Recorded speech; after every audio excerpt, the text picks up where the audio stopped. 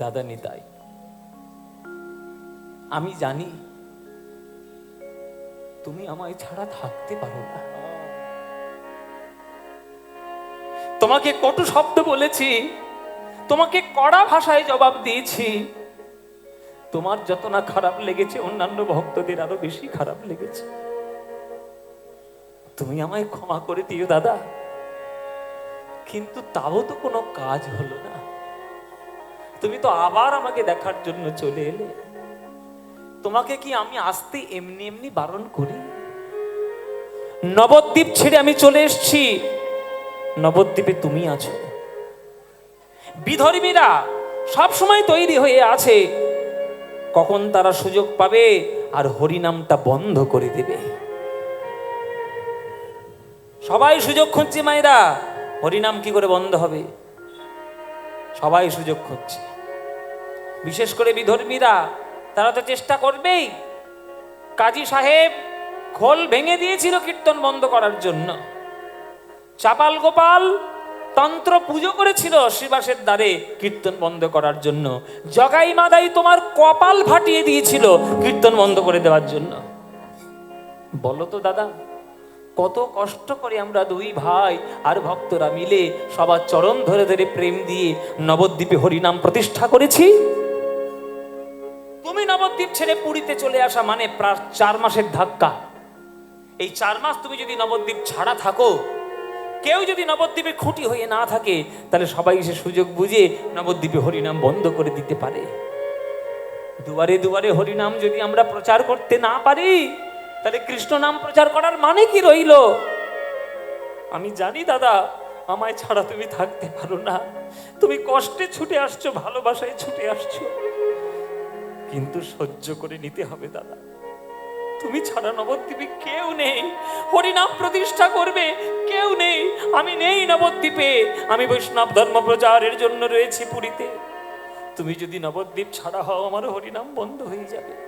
বলো দাদা, হরিনাম বন্ধ হইলে তোমার খুব ভালো লাগবে? তখন নিত্যানন্দ নিমাইকে বুকে জড়িয়ে ধরেছে। ওরে নিমাই, আমি এই কটা দিনের জন্য তোকে দেখতে আসি, তোকে না দেখলে কি আমি থাকতে পারি? বল বল নিমাই, আমি কি থাকতে পারি? তবুও তুই আমাকে এইভাবে বলছিস।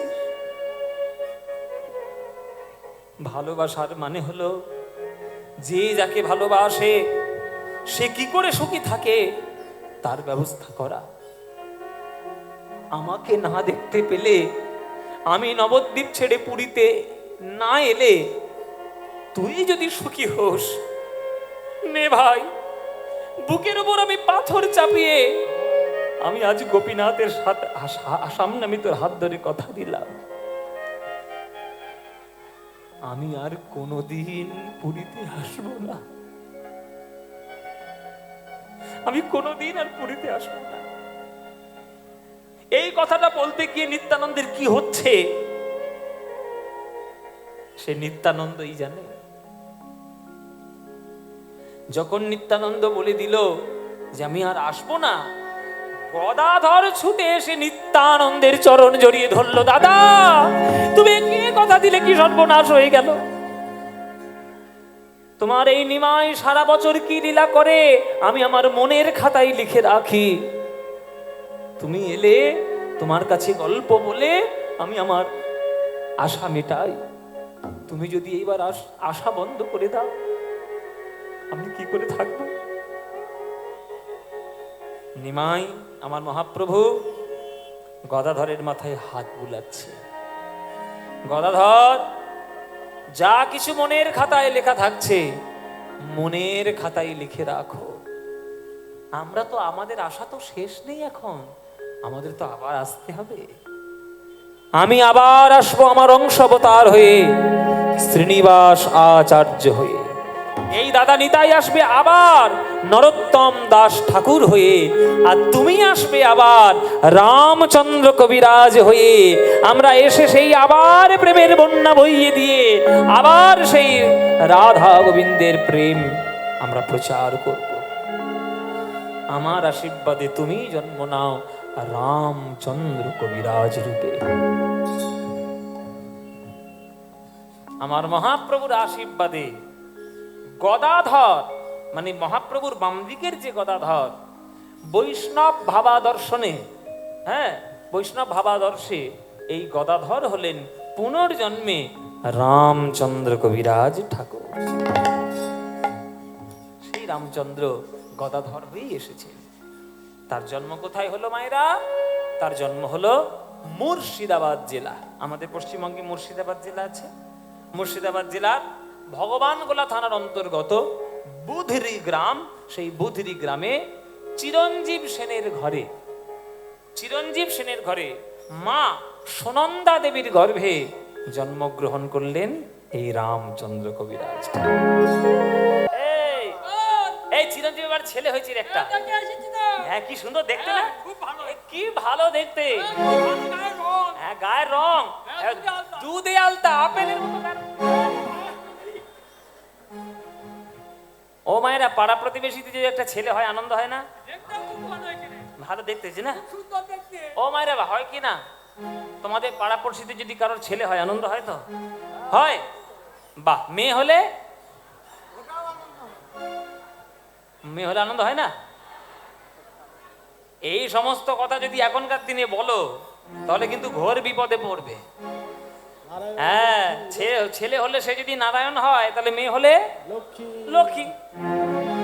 কন্যা বলে কথা, তা মেয়ে হলেও আনন্দ হবে। রামচন্দ্রের জন্ম হয়েছে, পাড়া প্রতিবেশীর মনে আনন্দ যেমন, দাদু দিদার মনে খুব আনন্দ। নাতি হয়,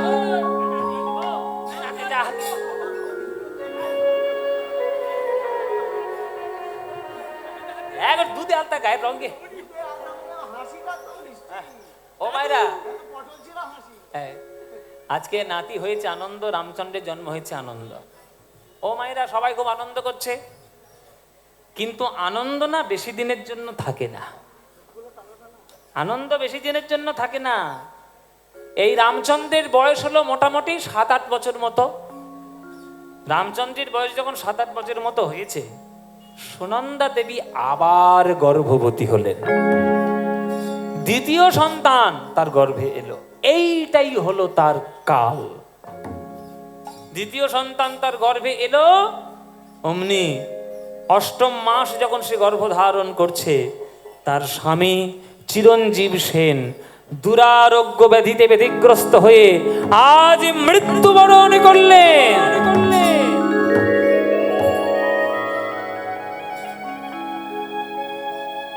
স্বামী হারা হলো সুনন্দা দেবী। অন্যান্য 5টা গ্রামের 5টা পরিবারের মতো, অশিক্ষিত পরিবারের মতো সুনন্দা দেবীর ঘাড়ের উপর সব দায় দায়িত্ব চাপিয়ে দেওয়া হলো। সবার বিশ্বাস ওই সুনন্দার জন্যই চিরঞ্জীব সেন মারা গেছে। এখনো এইসব ঘটনা গ্রামে গ্রামে দেখা যায়। স্বামী মরে গেলে তার দায়টা চাপিয়ে দেওয়া হয় স্ত্রীর ঘাড়ে। এখনো সমাজ শিক্ষিত হতে পারল না। মায়েরা, এই জায়গাটায় যতদিন আপনার আয়ুটা লেখা আছে ততদিনই আপনি থাকবেন। যখন এই জায়গাটায় দেখা ফুরিয়ে যাবে, আপনাকে চলে যেতে হবে। কেউ আপনাকে বাঁচাতে পারবে না, স্বয়ং ভগবানও নয়। স্বয়ং ভগবানও বাধা দিতে পারবে না, স্বয়ং ভগবানও বাধা দিতে পারবে না। কিন্তু পরিবারের অত্যাচার কোথায় যাবে? সুনন্দা দেবীর উপর অত্যাচার শুরু হয়ে গেল। কুলঘাতিনী, নষ্টা, অপয়া, আমার ছেলেটাকে এই জন্য মরেছে, দূর হয়ে যা আমাদের বাড়ি থেকে। শ্বশুর, শাশুড়ি, দেবর, ননদি প্রত্যেকের অত্যাচার বেড়ে গেল রামচন্দ্রের মায়ের উপর, সুনন্দা দেবীর উপর। অত্যাচারের সীমা এতটা বেড়ে গেল যে এই সুনন্দা দেবীর হাত ধরে ছেলেটাকে ধরিয়ে দিয়ে ঘাড় ধাক্কা দিয়ে মাঝ রাত্রে বের করে দেওয়া হলো বাড়ির থেকে। বাড়ির থেকে বের করে দেওয়া হলো মায়েরা। হরি বল। বাপের বাড়ি হচ্ছে একমাত্র আশ্রয়স্থল যদি মেয়েরা শ্বশুর বাড়ি থেকে বিতাড়িত হয়ে যায়। ছেলেটার হাত ধরে সুনন্দা দেবী কোথায় যাবে? বাপের বাড়ি চলে এলো। বাপের বাড়ি কোথায়? বাপের বাড়ি হলো বর্ধমান জেলার শ্রীখণ্ড গ্রাম। দামোদর পণ্ডিতের কন্যা ছিল সুনন্দা দেবী। দামোদর পণ্ডিতের বাড়িতে চলে এলেন সুনন্দা দেবী। বাবা, এমন ঘরে তুমি বিয়ে দিলে, স্বামী ছিল দেবতার মতো, কিন্তু আমার শ্বশুর বাড়ির লোক ভালো নয়। যে স্বামীর ভালোবেসে আমি অগ্নিসাক্ষী করে গিয়েছি তার বাড়িতে, আমি নাকি তার মৃত্যুর জন্য দায়ী। আমাকে ঘাড় ধাক্কা দিয়ে বের করে দিয়েছে। বাবা, আমি তোমার কাজ ছাড়ার কোথায় যাব? তুমিও যদি তোমার বাড়িতে রাখতে না চাও তাহলে আমার মরণ ছাড়া গতি নেই এই দুটো ছেলেকে নিয়ে। দামোদর পণ্ডিত বলছে, কেন মা, তোর এই বুড়ো বাপটা কি মরেছে? এইখানে থাকবি, আমার ঘরের লক্ষ্মী তুই। আমার ঘর থেকে তুই যেমন গেছিলিস, আমার ঘরে তুই আবার ফিরে এসছিস মা। তোর কোনো চিন্তা নেই, তোর এই ছেলে আমার কাছে মানুষ হবে, তোর এই দ্বিতীয় সন্তান আমার কাছে মানুষ হবে। এই বুড়ো দামোদর পণ্ডিত যতদিন বেঁচে আছে তোর ছেলের জন্য কোনো চিন্তা নেই। এই দামোদর পণ্ডিত ছিল মায়েরা তন্ত্রিক শাক্ত ভক্ত, মানে মা কালীর ভক্ত। বাড়িতে মা কালীর কাঠামো থাকতো, প্রত্যেক বছর একবার করে পুজো দেওয়া হতো, আর সারা বছর কাঠামো পুজো করতেন। সেই দামোদর পণ্ডিতের বাড়িতে দ্বিতীয় সন্তানের জন্ম হলো সুনন্দার। তার নাম রাখা হলো গোবিন্দ কবিরাজ। রামচন্দ্রের ভাই গোবিন্দ কবিরাজ, দুই ভাই সেই দাদুর কোলে মানুষ হচ্ছে। দামোদর পণ্ডিত ছিল তখনকার দিনে শ্রীখণ্ডে বিরাট বড় পণ্ডিত। শাস্ত্র, ন্যায়, দর্শন, পাণ্ডিত্য একেবারে অপরিসীম। পণ্ডিতের বাড়িতে থাকলে পণ্ডিত্য হবেই মায়েরা। তাই দুটো ছোট্ট ছোট্ট নাতি কোলে এসে ওই দাদুকে জিজ্ঞেস করে, দাদু দাদু, ও দাদু, এসো দাদু ভাই, কোলে এসে বসো, পুজো করো, মাকে ডাকো, মাকে ডাকো। শক্তিমানকে পেতে গেলে শক্তির উপাসনা করা চাই, কৃষ্ণকে পেতে গেলে যোগ মায়ার উপাসনা করা চাই। এই হলো আমাদের মা, আমাদের যোগ মায়া, আমাদের মা মহামায়া। এই মাকে না ডাকলে গোবিন্দের করুণা পাবে কি করে? বাবা, ডাকো, মাকে ডাকো। তাই তাই দাদু, ইনি মহামায়া, ইনি যোগমায়া? বলে হ্যাঁ। বলে আমাদের দেখে কিনা ওটা ভয় ভয় করে বাবা, বড় বড় জীব, কালো কালো দেখতে, চোখগুলো লাল লাল। শোনো বাবা, তোমার মা যেমন তোমাকে শাসন করে, তোমরা বদমাইশি করলে, দুষ্টুমি করলে, তেমনি জগতের বহু অসুর ছিল যারা উৎপাত করত, তাদেরকে দমন করতে গিয়ে মায়ের এই রুদ্রাণী রূপ ধরেছে মা। মাকে ডাকলে তার স্নেহ পাওয়া যায়, তার সকল কিছু পাওয়া যায়। ডাকো বাবা, ডাকো দাদু ভাই।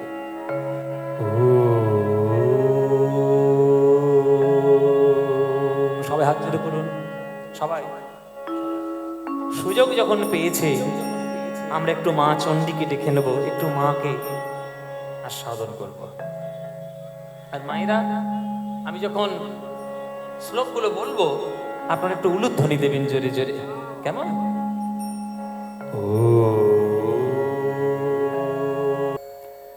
দেশের লোক যদি দেশের লোকের সঙ্গে দেখা করতে আসে আনন্দ হয় না মায়েরা? আমার দেশের লোক যদি আমার সঙ্গে দেখা করতে আসে আনন্দ হবে না? নবদ্বীপের লোকেরা মহাপ্রভুর সঙ্গে দেখা করতে এসে মহাপ্রভুর আনন্দ হবে না? মহাপ্রভুকে দেখে নবদ্বীপের ভক্তদের কি সে আনন্দ, নিমাই বলে একেবারে জয়ী ধরেছে একেবারে। আর মহাপ্রভু খুব খুশি, বাহ তোমরা এসছো দেখা করতে? বলে হ্যাঁ প্রভু, তোমাকে না দেখলে কি আমরা থাকতে পারি? তোমাকে দেখার জন্য আমরা ছুটে এসেছি নবদ্বীপ থেকে। মায়ের কথা বলতে, মা তোমার জন্য খাবারও পাঠিয়ে দেয়, আমার নিমাই খাবে। মায়ের স্নেহ কি কখনো আলাদা করে দূর করা যায় বাবা? আমার মায়ের সঙ্গে দেখা করা, আমার মায়ের কথা বলতে এসছি। নিমাই কেমন আছো? সবার সঙ্গে মহাপ্রভু আমার আলাপ পরিচয় করছে, খুবই আনন্দের ব্যাপার।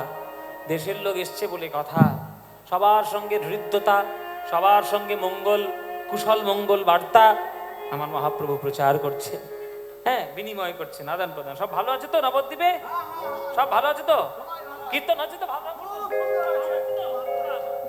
থাকো সবাই। হ্যাঁ একই তুমি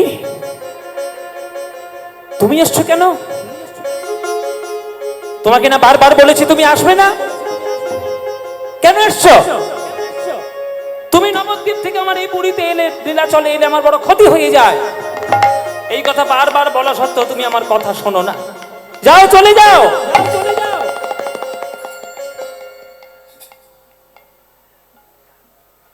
একজনকে দেখে মহাপ্রভু একটু ক্রোধে ক্রোধান্বিত হলেন। ও মাইরা, কাকে দেখে কাকে দেখে ক্রোধান্বিত হলেন? কাকে দেখে মহাপ্রভু এরকম বিরক্ত প্রকাশ করছে? এ তাকে চলে যেতে বলছেন। আপনারা জানলে অবাক হয়ে যাবেন, আপনারা জানলে অবাক হয়ে যাবেন যে মহাপ্রভু কাকে বললেন এই কথাটা। বলো তো মায়েরা, কাকে? এই কথাটি মহাপ্রভু বলছেন নিত্যানন্দকে। যে নিতাই ছাড়া নবদ্বীপে মহাপ্রভুর চলতো না, যে নিতাইয়ের নাম আগেই বলা হয় গৌরের আগে, নিতাই গৌর, জয় নিতাই জয় গৌর, সেই নিতাই মহাপ্রভুকে দেখে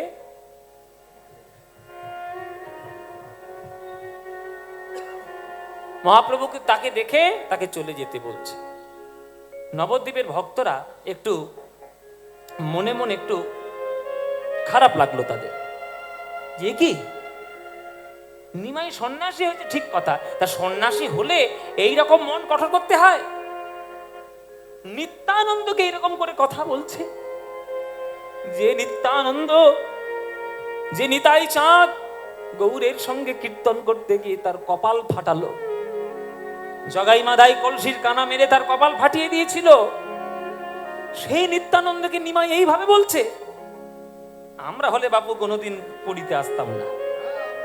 আসবো? এইরকম অপমান হলে আমরা কোনোদিন আসবো না। নিত্যানন্দ মাথা নিচু করে নিলেন।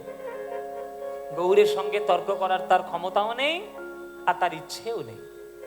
ক্ষমতা থাকলেও প্রথম কথা তার ইচ্ছে নেই। কেন? ভাই তো ভালোবাসে, ভালোবাসায় বেশি তর্ক থাকে না। ভালোবাসা মানে হচ্ছে নীরব, নীরব হয়ে ভালোবেসে যেতে হয়। যে ভালোবাসায় দেখবেন তর্কাতর্কি বেশি, সে ভালোবাসার মধ্যে ভেজাল আছে বেশি। নীরব হয়ে যেতে হয়, ভালোবাসা নীরব। তো ভালোবাসায় চলে গেল নিতাই, আর থাকলো না। নিমাই বলেছে, কথা বলেছে, রাগ করেছে, চলে যেতে বলেছে, চলে গেল নিমাই। নিত্যানন্দ নবদ্বীপে ফিরে এসে নবদ্বীপের লোকরা নিত্যানন্দকে বলছে, এই যে নিতাই চাঁদ, এই যে এতগুলো লোকের সামনে আমাদের সামনে অপমান করলো, তোমার যেতে আর মন হয়? ছি ছি ছি ছি ছি। আমরা তো জানি যে নিমার সঙ্গে হরিনাম করতে গিয়ে তোমার কত কষ্ট হয়েছে। সেই নিমাই তোমাকে এইভাবে কথা বললো, তোমাকে চলে যেতে বললো। আমরা হলে বাবু জীবনে যেতুম না। নিত্যানন্দ বলছে, এরকম করে বলিস না ভাই, এখন সন্ন্যাসী হয়ে গেছে তো। আর নিমাই বড় যুক্তিবাদী, নিমার সঙ্গে তর্কে কি আর পারা যায়? ওরে ভাই, নিতাইকে ছেড়ে গৌর থাকতে পারে, কিন্তু গৌরকে ছেড়ে তো নিতাই থাকতে পারে না। আমার ভাইকে ছেড়ে কি আমি থাকতে পারি? তোরা বল। আমি তোদের কাছে একটা অনুরোধ করব, আমি আবার যাব পুরীতে। সে কি, এত অপমান হওয়া সত্ত্বেও তুমি আবার যাবে? হ্যাঁ, যাব। তোদের কাছে একটা অনুরোধ, তোরা যেন বলিস না আমার নিমাইকে গিয়ে যে দাদা এসছে। আবার বকাবকি করবে, আবার রাগ করবে। আমি দূর থেকে যাব, চুপি চুপি করে দেখব, আর চুপি চুপি করে পালিয়ে আসব। তোরা বলে দিবি না? না, আমাদের বলবো না। আজকে নিত্যানন্দের ভালোবাসা দেখে নবদ্বীপের লোক কাঁদছে, যে কি ভালোবাসা! অপমান হওয়ার পরেও যাচ্ছে তাকে দেখতে। প্রকৃত মন আর শুদ্ধ ভালোবাসা না থাকলে কি এরকম ভালোবাসা যায়? মায়েরা, আমরা তো এখনকার দিনে বড় স্বার্থপর। নিজের স্বার্থটা যতক্ষণ খুব ভালো চলতে থাকে, ততক্ষণ খুব ভালোবাসার অভিনয় করি। হ্যাঁ ভালোবাসি, হ্যাঁ ভালোবাসি, খুব ভালোবাসি, আমার সোনা মোনা বাবু, এই ওই তা, খুব ভালোবাসি। দেখবেন স্বার্থে যখন ঘা লেগে যায়, তখন আসল রূপ বেরিয়ে যায়। কিন্তু অপমানিত হওয়া সত্ত্বেও, নিবেদন করা সত্ত্বেও ভিখারির মতো কি এই যে দুয়ারে বসে থাকে, ভালোবাসার অর্থ সে জানে। তাই নিত্যানন্দ আবারও চলেছে গৌরীকে ভালোবেসে। এই বছর আবার পুরীতে চলে যেছে রথের সময়, নিত্যানন্দ আমার নিমাইকে আমি দেখতে যাব। এই বছর নিত্যানন্দ গৌরের কাছে গেলেন না, মানে সামনাসামনি গেলেন না, চলে এলো কোথায়? টোটা গোপীনাথের মন্দিরে। কেন না, টোটা গোপীনাথের মন্দিরে তখনকার দিনে গদাধর বাস করতেন। গদাধর, তো গদাধরের কাছে গিয়ে নিত্যানন্দ উঠলেন যে গদাধরের কাছে গেলে গদাধর কিছু বলবে না, আর নিমাইকেও জানাবে না যে আমি এসছি। আমি চুপি চুপি করে নিমাইকে দেখবো আর গদাধরের কাছে পালিয়ে আসবো, তাহলে রীতা আমার নিমাই বুঝতে পারবে না। এই বলে গদাধরের কাছে গিয়েছে। গদাধর, কে? উমা, দাদা তুমি আবার? এই গতবারে তোমার এই অপমান সয়ে তোমার সহ্য হয়নি, আবার এসছো? সত্যি দাদা তুমি পারো বটে। আমার নিমাই তোমাকে কত অপমান করলো লোকের সামনে, তবুও তুমি আবার ছুটে এসছো। বল, অপমান করেছিস নাকি? আমার নিমাই কি আমার অপমান করতে পারে? আমার নিমাই তোমার ভাই গৌর, তাকে ছাড়া নিতাই কি চলতে পারে? আমি তোর কাছে এসেছি, ওই জন্য আমি তোর কাছে এসে উঠেছি। কেননা তুই আমার বলবি না নিমাইকে যে আমি নবদ্বীপ ছেড়ে পুরীতে এসেছি। বেশ দাদা, তুমি এসছো, খুব ভালো হয়েছে। তাহলে এই সকাল সকাল যখন চলে এসছো, তাহলে আমি একটু ভিক্ষেই বেরোই, ভিক্ষে একটু বেরোই। ভিক্ষা না বেরোলে প্রসাদ পাবো কি? তুমি এসছো যখন একটু রান্না বান্না তো করতে হবে, প্রসাদের ব্যবস্থা করতে। বলে কোথাও যেতে হবে না, সচিমা এক কাপড়ের পুটলি ভর্তি করে গোবিন্দভোগ চাল পাঠিয়ে দিয়েছে। হ্যাঁ, গোবিন্দভোগ চাল। আজকে আর ভিক্ষায় বেরোতে হবে না, এই চাল দিয়েই যা কিছু করার করে নে, আজকে আর যেতে হবে না বাইরে। তো গোবিন্দভোগ চাল বসিয়ে দিল। অন্ন বাগানে গিয়ে দেখলো কি শাক পাতা হয়েছে, দেখা যাক। শাক পাতা তুলে নিয়ে এলো, সিদ্ধ ভাজা যা করার দরকার করলো। হ্যাঁ, তারপরে বাঙালি বলে কথা, একটু মুখে রুচি না হলে হয়, কচি কচি তেঁতুল পাতা ছেড়ে নিয়ে এসে আর সমুদ্রের লোনা জল একবার ভালো করে গুলে দিয়ে ফুটিয়ে তেঁতুল পাতা টক করে দিলাম। দারুণ সুস্বাদু। ও মায়েরা খেয়েছো নাকি তেঁতুল পাতার টক? হ্যাঁ, তোমরা খাবে না বাবা? হ্যাঁ, তেঁতুল পাতার টক, সবজি সিদ্ধ আর গোবিন্দভোগের অন্ন, সুন্দর রান্না হয়ে গেছে, সুন্দর প্রসাদের ব্যবস্থা হয়ে গেছে। এই কি রে, এই চল চল চল চল, ভোগ নিবেদন কর, ভোগারতির গান গা। হ্যাঁ, ভোগারতির গান গা। আমার গোপীনাথ সামনে রয়েছে, একটু ভোগ নিবেদন করে প্রসাদ আমরা পাই। তা গদাধর 3টে আসন পেতেছে, ভগবানের সামনেই বসে প্রসাদ পাবে, 3টে আসন পেতেছে। তা নিত্যানন্দ জিজ্ঞেস করছে 3টে আসন কেন? আমরা তো 2 জন। তখন গদাধর বলছে 3টে আসন করতে হবে না, মাঝখানে ভগবান আছে না, গোপীনাথ তো সামনে আছে, তা গোপীনাথের জন্য তো একটা আসন রাখতে হবে, ভগবানের জন্য একটা আসন রাখবো না? বলো আচ্ছা বেশ বেশ ঠিক আছে, চলো তাহলে প্রসাদ সেবা করা হোক। এই বলে ভোগারতির গান ধরেছে। চলো ও মায়েরা, দুপুর বেলায় ভোগারতির গান না গাইলে কি আর গোবিন্দ প্রসাদ গ্রহণ করবে? ভোগারতির গান হচ্ছে, ভজপতি তুদ্ধারণ শ্রী গৌর হরি, ভজপতি তুদ্ধারণ শ্রী গৌর হরি, ভজপতি তুদ্ধারণ শ্রী গৌর হরি, ভজপতি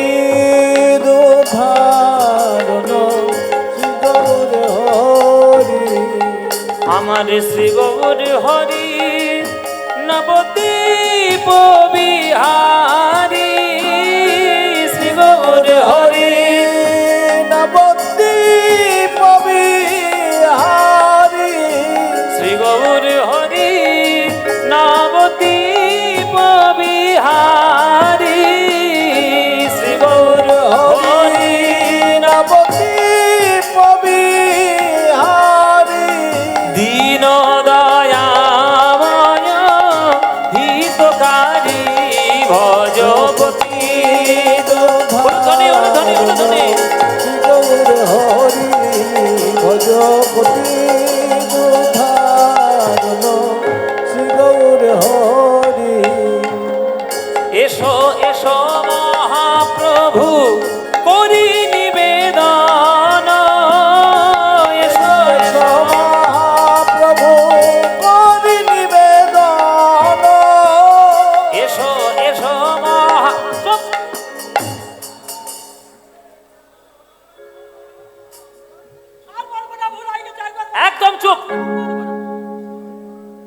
সর্বনাশ, কি সর্বনাশ করে ফেললো গদাধর। গদাধর বলছি, দাদা মুখ চিনে ধরলে কেন? আমি কি গান ভুল গেয়েছি? তখন নিত্যানন্দ বলছে, গানটা তো তুই ভুল গাসনি, তুই ঠিকটাই গাইলি কেন? গদাধর বলছে, ও মাথা, ঠিক গাইবো না ভুল গান গাইবো? বলে, দেখো কাণ্ড, আমি নিমাইয়ের কাছে ফাঁকি দেব বলে চুপি চুপি করে তোর কাছে এসে উঠেছি, আর তুই গানের মধ্যে গাইছিস এসো এসো মহাপ্রভু করে নিবেদন। একবার যদি নিমাইয়ের কানে এই গানটা যায়, সে আর থাকবে ঘরে? এক্ষুনি ছুটে আসবে আর আমাকে এসে দেখতে পাবে আমি বসে বসে প্রসাদ পাচ্ছি। আর চুপ। গদাধর বলছি, মা এই আবার কি কথা? ও দাদা, তাহলে গানের মধ্যে রয়েছে এসো এসো মহাপ্রভু, কি করব? বলে, যেখানে যেখানে নিমায়ের নাম আছে আর যেখানে যেখানে মহাপ্রভু উল্লেখ রয়েছে সেখানে হুম করে গাইবি, হুম করবি, নামটা একবার উচ্চারণ করবি না। তাহলে কি হবে মায়েরা? গানটা কিরকম হবে আপনারা ভাবো। আজ এরকম করে গান হয়? হ্যাঁ, এসো এসো করি নিত্যানন্দ বাজে, এই ওইটা বাদ দিয়ে গা, পরেরটা থেকে শুরু কর। বলে, আচ্ছা তাহলে এইটা গাইবো, তাহলে পরেরটা থেকে শুরু করি। নাহি জানি পরিপাটি, না জানি রন্ধন, নাহি জানি পরিপাটি, না জানি রন্ধন, নাহি জানি পরিপাটি, না জানি রন্ধন, নাহি জানি পরিপাটি, না জানি রন্ধন, সুখা রুখা এক মুষ্টি করহ গ্রহণ, ভজপতি ধারণ, শ্রী গৌর হরি ভজপতি ধারণ, শ্রী গৌর হরি। বামে প্রিয় গদাধর, দক্ষিণে নিতাই গো, বামে প্রিয় গদাধর, দক্ষিণে নিতাই গো, বামে প্রিয় গদাধর, দক্ষিণে নিতাই গো, বামে প্রিয় গদাধর, দক্ষিণে নিতাই গো, মধ্য আসনে বসলেন। তোমার গাওয়া যাবে নাকি? মধ্য আসনে কে বসে? কে বসে মায়েরা? চৈতন্য গোসাই। ওই চৈতন্য গোসাই বললেই হয় একবার, যদি চৈতন্য শুনতে পায়, তাই হু হু করে গাইছে। হ্যাঁ, মধ্য আসনে বসলেন,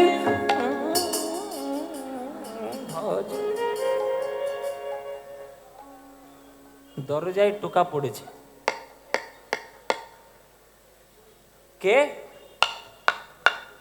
কে? আরে ঠকঠক করেই যাচ্ছে যে, কে? এই গদাধর, দেখ তো কে। প্রসাদ সেবাও করতে দেয় না ভালো করে। ও মাইরা, গদাধরের বুকের ভিতর ঢিপ ঢিপ করছে এইবার, সব বোনাস হয়েই গেছে। ধীরে ধীরে গিয়ে গদাধর দরজা খোলার জন্য যাচ্ছে, আর বুকের ভিতরটা ঢিপ ঢিপ করছে। দরজায় টোকা পড়েছে মায়েরা। কে এসছে? কে এসছে মায়েরা? নিমাই চলে এসছে। গদাধরে দরজা খুলেছে, দেখছে আমার শ্রীকৃষ্ণ চৈতন্য মহাপ্রভু আমার দাঁড়িয়ে। যেই দরজা খুলেছে আমার নিমাই দাঁড়িয়ে।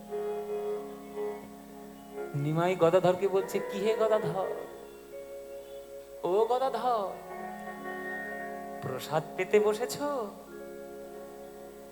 আমি কি তোমাদের কেউ নই হে? ওগো, আমি কি তোমাদের কেউ নই? ওগো, তোমরা আমায় বিনা প্রসাদ পেলে বলো আমি কি আমাদের কেউ নই হে, তোমরা আমায় বিনা প্রসাদ পেলে ওগো আমি কি তোমাদের কেউ নই হে। তোমরা আমার কথা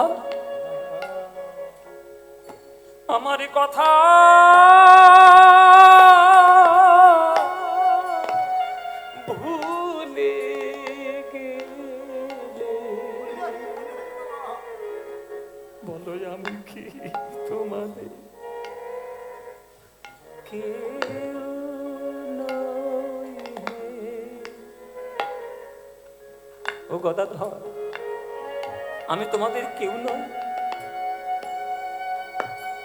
তোমরা প্রসাদ পাচ্ছ বসে বসে আমায় ছাড়া। যেই বলেছে আমি তোমাদের কেউ নই, গদাধর গিয়ে দুটো চরণ জড়িয়ে ধরেছে। প্রভু, তুমি এটা ভাবতে পারলে যে তুমি আমাদের কেউ নও? তাকিয়ে দেখো আসনের দিকে, আমি 3টে আসন পেতেছি। দুজনে আমরা দুদিকে, মাঝখানের আসনটা তোমার। আমি তো দাদাকে মিথ্যে কথা বলেছি যে ওটা গোপীনাথের আসন। ওই আসনটা গোপীনাথের নয় প্রভু, ওই আসনটা আমি তোমার জন্য পেতে রেখেছি। আমি জানি তুমি হলে অন্তর্যামী নিমাই। একবার যখন আমি আমার গান গাইব, তুমি ঠিক ছুটে আসবে আমার কাছে। তাই আমি আসনটা পেতেছি। আর তুমি বলছো তুমি আমাদের কেউ নও।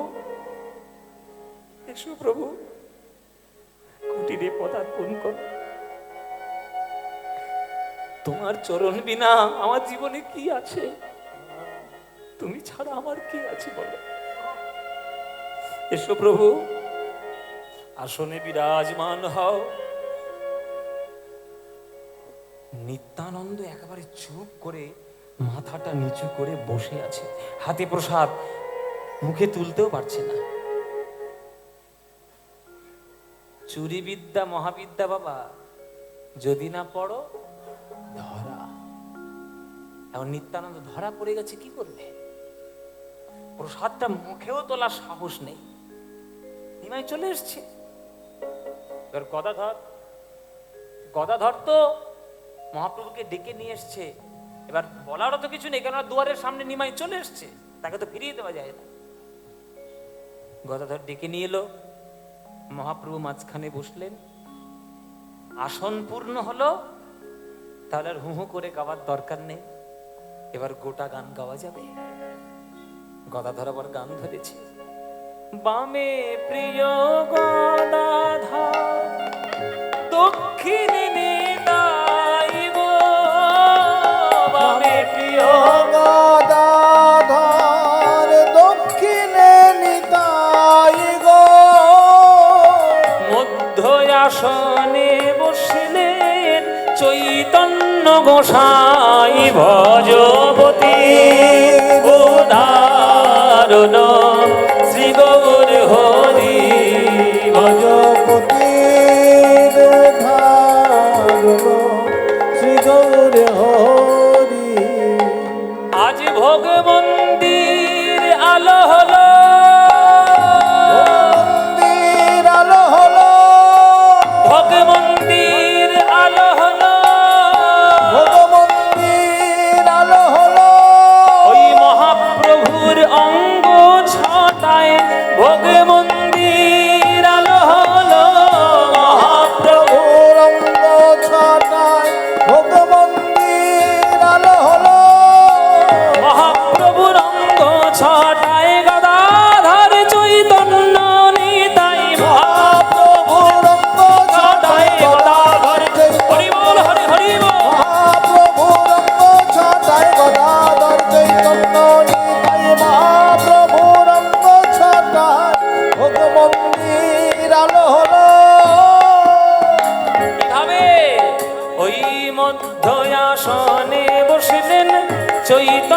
গোসাই ভজপতি উদ্ধারণ শ্রী গৌর হরি ভজপতি উদ্ধারণ শ্রী গৌর হরি।